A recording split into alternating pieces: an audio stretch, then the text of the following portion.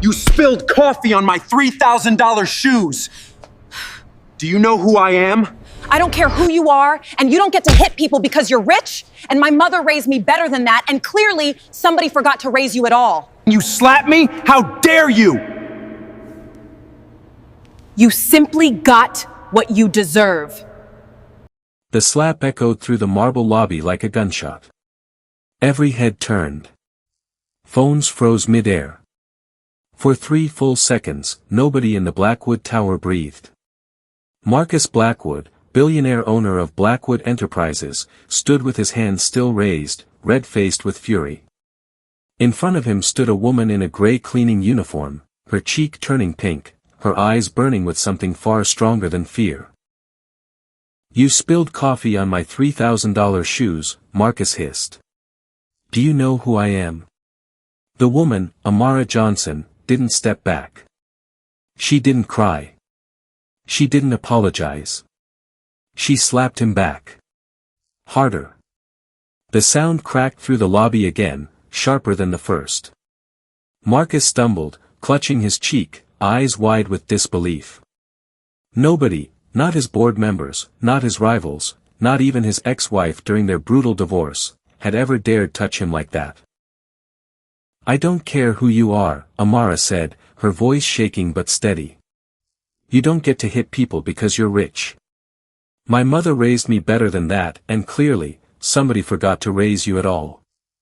Security rushed forward. Fire her. Fire her right now. Marcus barked, cradling his stinging face. But something strange happened. As 2 guards grabbed Amara's arms, Marcus's assistant, a nervous young man named Kevin, spoke up. The first time in 5 years he'd ever contradicted his boss. Sir, the cameras caught everything. You hit her first. If this leaks, the board will. Marcus's jaw tightened. He knew Kevin was right. One video, one headline, billionaire slaps cleaning staff, and his company's stock would crash before lunch. Let her go, Marcus growled. He turned to Amara, forcing the words out like broken glass. You're not fired. But you owe me an apology. Amara straightened her uniform, chin high. So do you. She walked away, leaving Marcus standing alone in his own lobby, humiliated for the first time in his life.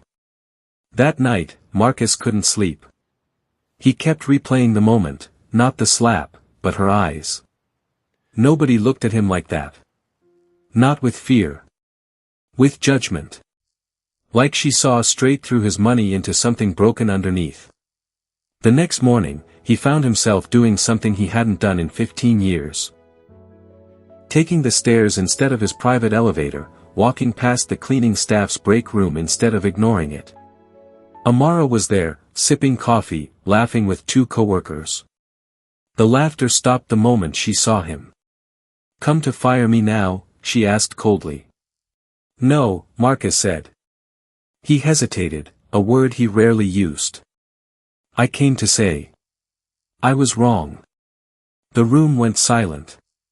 Even the coffee machine seemed to stop gurgling. Say that again. Amara raised an eyebrow. I was wrong to hit you, Marcus forced out, his voice rough with disuse. It won't happen again. Amara studied him for a long moment. Then, surprisingly, she smiled, not warmly, but with a flicker of curiosity. Well. Miracles do happen. Over the following weeks, something shifted inside the cold walls of Blackwood Tower. Marcus began noticing things he'd never noticed before, the exhausted eyes of employees working overtime without thanks, the way security guards stood for 12 hours without a single break, the janitors who cleaned up after executive parties nobody thanked them for. He started noticing Amara most of all. She was sharp-tongued, unimpressed by his wealth, and brutally honest, a rare combination in his world of yes-men and flatterers. One afternoon, he found her fixing a broken vending machine that maintenance had ignored for weeks. Why do you even bother? He asked. It's not your job. Because unlike some people, she said, screwdriver in hand, I actually care about the people who work here, not just the money they make me. The word stung. Because they were true. Marcus began quietly changing things. He gave every janitor and cleaner a raise, calling it overdue, though everyone knew who inspired it. He installed a proper break room with real food, not vending machine leftovers. He started saying, please, and thank you, awkwardly, like a man learning a foreign language. His employees noticed. His board didn't understand. But Amara watched silently, arms crossed, waiting to see if it was real or just for show. Then came the storm. A journalist got hold of old footage, a grainy security clip of the original slap, before Kevin could have it quietly deleted. The story exploded online within hours, billionaire Marcus Blackwood caught assaulting cleaner, company faces backlash. Stock prices dropped 8% by morning. Reporters camped outside the tower. Marcus's own board called an emergency meeting, demanding his resignation. In the chaos, one voice cut through everything. Amara requested to speak at the press conference. Marcus tried to stop her. You don't have to do this. Let me handle it. I'm not doing it for you, she said firmly. I'm doing it because the truth matters more than one bad moment. Standing before dozens of cameras, Amara spoke calmly. Yes, he slapped me. And yes, I slapped him back, because nobody, rich or poor, gets to disrespect another human being. But since that day, I've watched this man change. Real change, not press release change. He gave his workers raises, listened to complaints he used to ignore, and treated janitors like people instead of furniture. People deserve to know that too. The room fell into stunned silence. Then, slowly, cameras began flashing, not from outrage, but from fascination. Weeks later, Marcus found Amara on the rooftop garden he'd built for staff breaks, her idea, actually. You saved my company, he said quietly. You could have destroyed me instead. Why didn't you?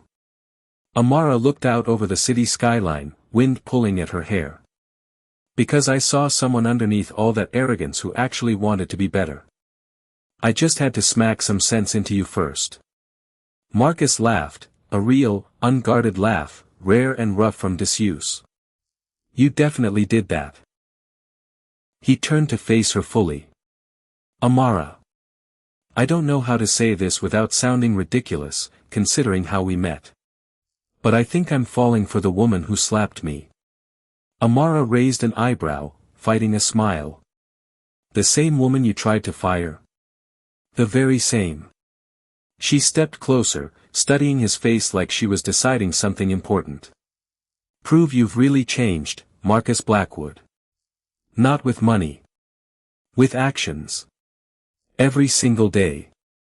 Every single day, he promised. And for the first time in his empire built on arrogance and gold, Marcus Blackwood felt something money could never buy: humility, growth, and love earned the hard way.